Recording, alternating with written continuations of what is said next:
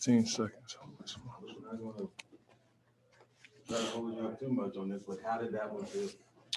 Well, it's gratifying just because of so many guys stepping up, so many guys making a contribution. I mean, you can always look at the numbers and see where Book and Mikhail, had that kind of scoring, Landry with 5 threes, but everybody on our team that had a uniform on had a chance to have an impact on the game. And I keep talking about, needing guys in those moments so that when it happens later in the year, guys are comfortable. In those situations, I thought, looking to Ish with 16 seconds, well, that's what he played to come in and just help us get a stop. That says a lot about who we are as a team, but just proud of the mental toughness we had. And then Mikhail playing 50 minutes like that's, he was mad at himself because he missed the one little bunny. I'm like, Mikhail, you played 50 minutes, man. Like, you're entitled to miss one time, but that's his shot. And, but that says a lot about who he is. As soon as he missed it, he looked at me and he's like, my bad, coach. I'm like, my bad, man, keep playing. You're good. So I'm just proud of the way that we just stayed with it. We got ourselves back in the game with our defense, getting some stops. The little guy was just going on us. And we didn't let that mess with us. We just stayed in the fight, and we were able to pull out a big win on the road. Cool. Not just that, but then the foul situation, 80 fouls out, Yeah. 80 fouls out, Booker fouls out. Yeah. At what point were you like, Nah, I try not to worry about whatever I feel like is going to help us win the game. I just try to do that, The fouls weren't going our way.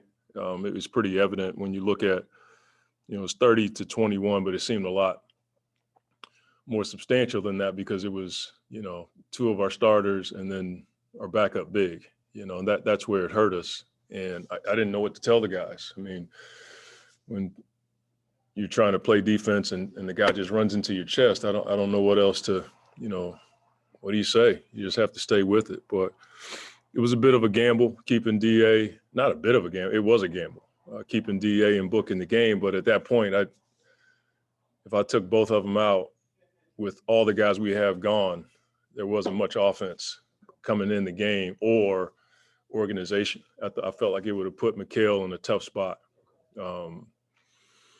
And I have to trust those guys, even though they picked up, DA got his 5th, but Book was able to hold on to it for a longer period of time. And then he got going in that stretch too. So I'm just proud of the way we handled the pressure. And like I said, man, this team has been playing well since they made the trade. So for us to get a win here with all the guys we have out is pretty huge.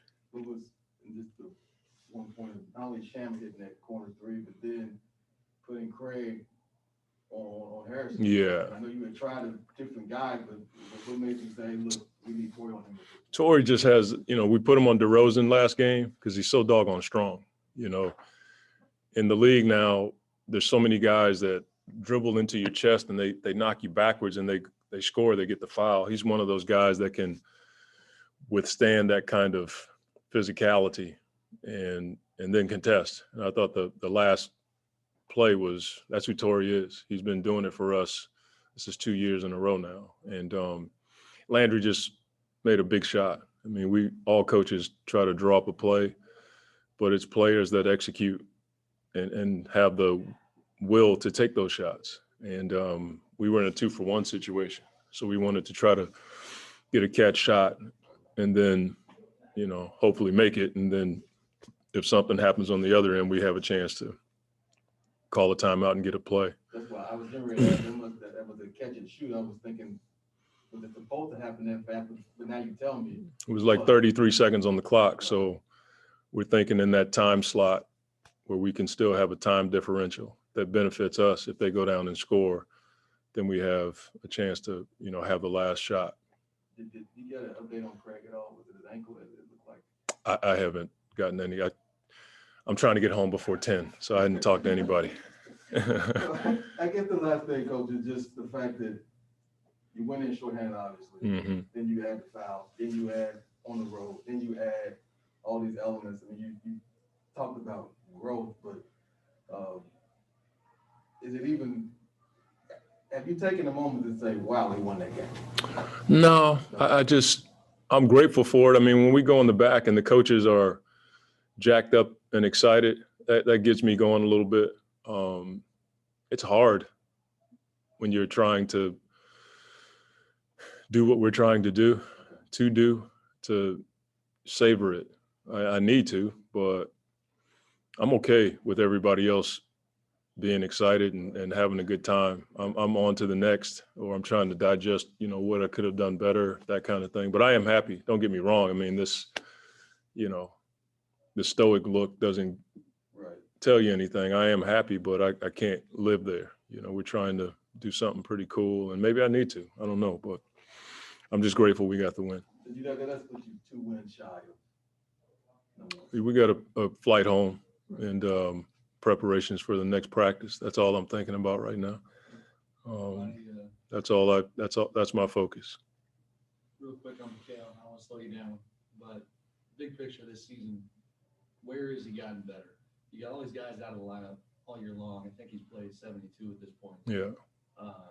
And I think you're top in that rating, second in defense, third in offense. He should be Defensive Player of the Year, number one. He doesn't duck a matchup. He plays every night. He guards everyone, plays 50 minutes, still produces on offense. I don't get into the Iron Man thing. I think the young man loves to play. He loves to work, and he's a winner.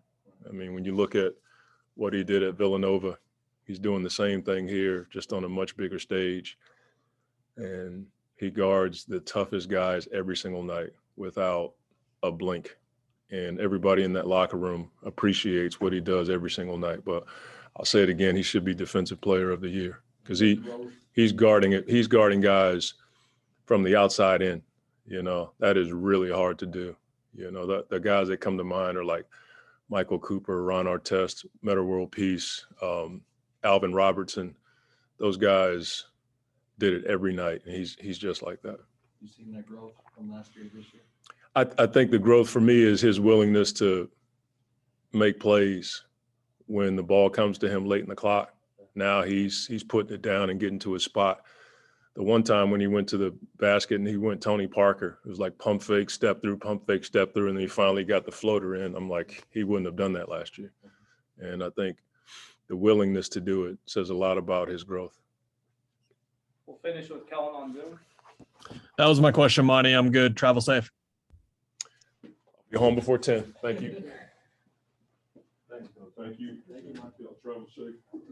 See you, sir. Yep. Thank you. Gotcha. Thank you.